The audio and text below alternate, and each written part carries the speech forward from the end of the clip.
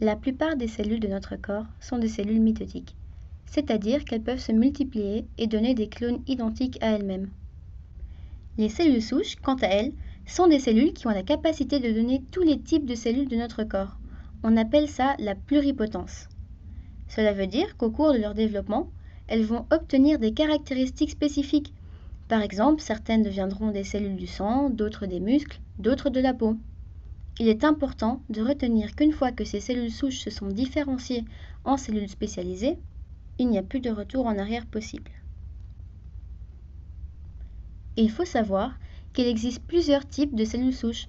En effet, elles perdent au fur et à mesure leur capacité à donner plusieurs types de cellules différents. Par exemple, les cellules dites totipotentes, qui sont nos toutes premières cellules, peuvent encore donner tous les types cellulaires de notre corps. Ensuite, nous avons les cellules pluripotentes. Elles sont également capables de donner toutes les cellules, sauf le placenta, qui est la barrière entre la maman et le futur bébé et qui lui permet de respirer et de se nourrir.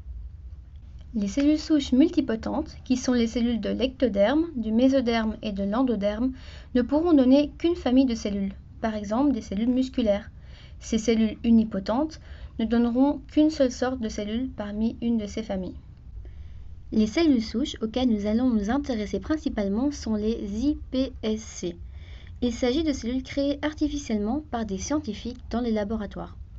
Cette technologie permet un retour en arrière, donc une dédifférenciation des cellules mitotiques spécialisées afin de les transformer en des cellules souches pluripotentes induites, donc iPSC. Et après, on peut spécialiser ces iPSC en des cellules différentes. Pour prendre un exemple très simplifié, imaginons qu'on reconvertisse des cookies en farine, œufs, beurre et sucre pour en faire un autre dessert, comme par exemple un cake au chocolat. Pour obtenir des iPSC, il faut d'abord prélever des cellules chez un patient, par exemple en lui prenant un bout de peau. Ensuite, on va reprogrammer ces cellules. On y arrive grâce à Takahashi et Yamanaka. Ces deux scientifiques ont identifié 4 protéines qui font partie de la famille des facteurs de transcription. OCT4, SOX2, KLF4 et CMYC. Ces 4 facteurs de transcription vont stimuler l'expression de protéines qui donneront la pluripotence à la cellule de la peau. Pour que ces facteurs de transcription se retrouvent dans notre cellule de la peau, afin de la reprogrammer en une iPSC, on utilise des virus modifiés en laboratoire. Ces virus contiennent les gènes codants pour les 4 facteurs de transcription. Un virus modifié va faire pénétrer dans une cellule mature son matériel génétique, qui sera transcrit en un ADN viral. Cet ADN, qui vient du virus et qui contient donc les gènes codants pour les 4 facteurs de transcription, va être intégré à l'ADN de la cellule de la peau. Ceci va permettre à la cellule, par plusieurs processus, de produire elle-même les facteurs de transcription. Les iPSC ont de nombreux avantages. Elles vont permettre aux scientifiques d'obtenir différentes cellules en fonction de leurs besoins. Une première application des iPSC en médecine est la thérapie cellulaire. Prenons le cas d'un patient atteint d'une maladie rare. On pourrait lui prendre des cellules, les transformer en iPSC et étudier leur développement pour voir ce qui cloche. À partir de là, il est possible de trouver et de tester d'éventuels traitements pour cette maladie, car on aura permis de mieux la comprendre. Un autre exemple est un patient qui aurait une brûlure sévère.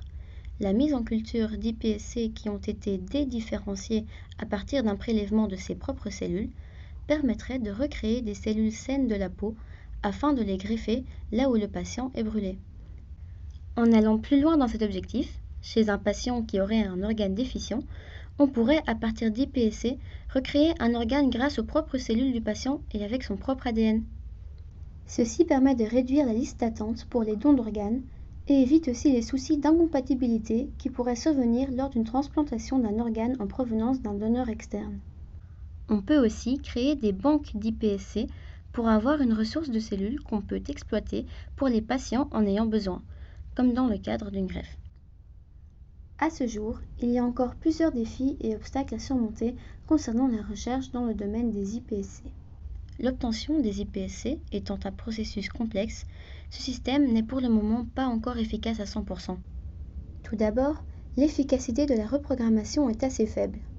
En effet, contrairement au souhait des chercheurs d'obtenir à partir d'un échantillon de cellules matures un grand nombre d'iPSC, dans la réalité, il n'y a qu'un faible pourcentage de ces cellules qui vont obtenir une pluripotence.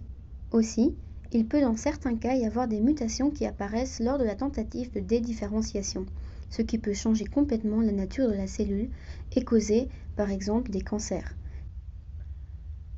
En conclusion, même s'il y a encore du chemin à parcourir concernant la recherche sur les iPSC, on ne peut pas négliger que cette technique représente un grand espoir pour les avancées médicales et thérapeutiques. Pour en apprendre davantage, n'hésitez pas à aller voir notre présentation.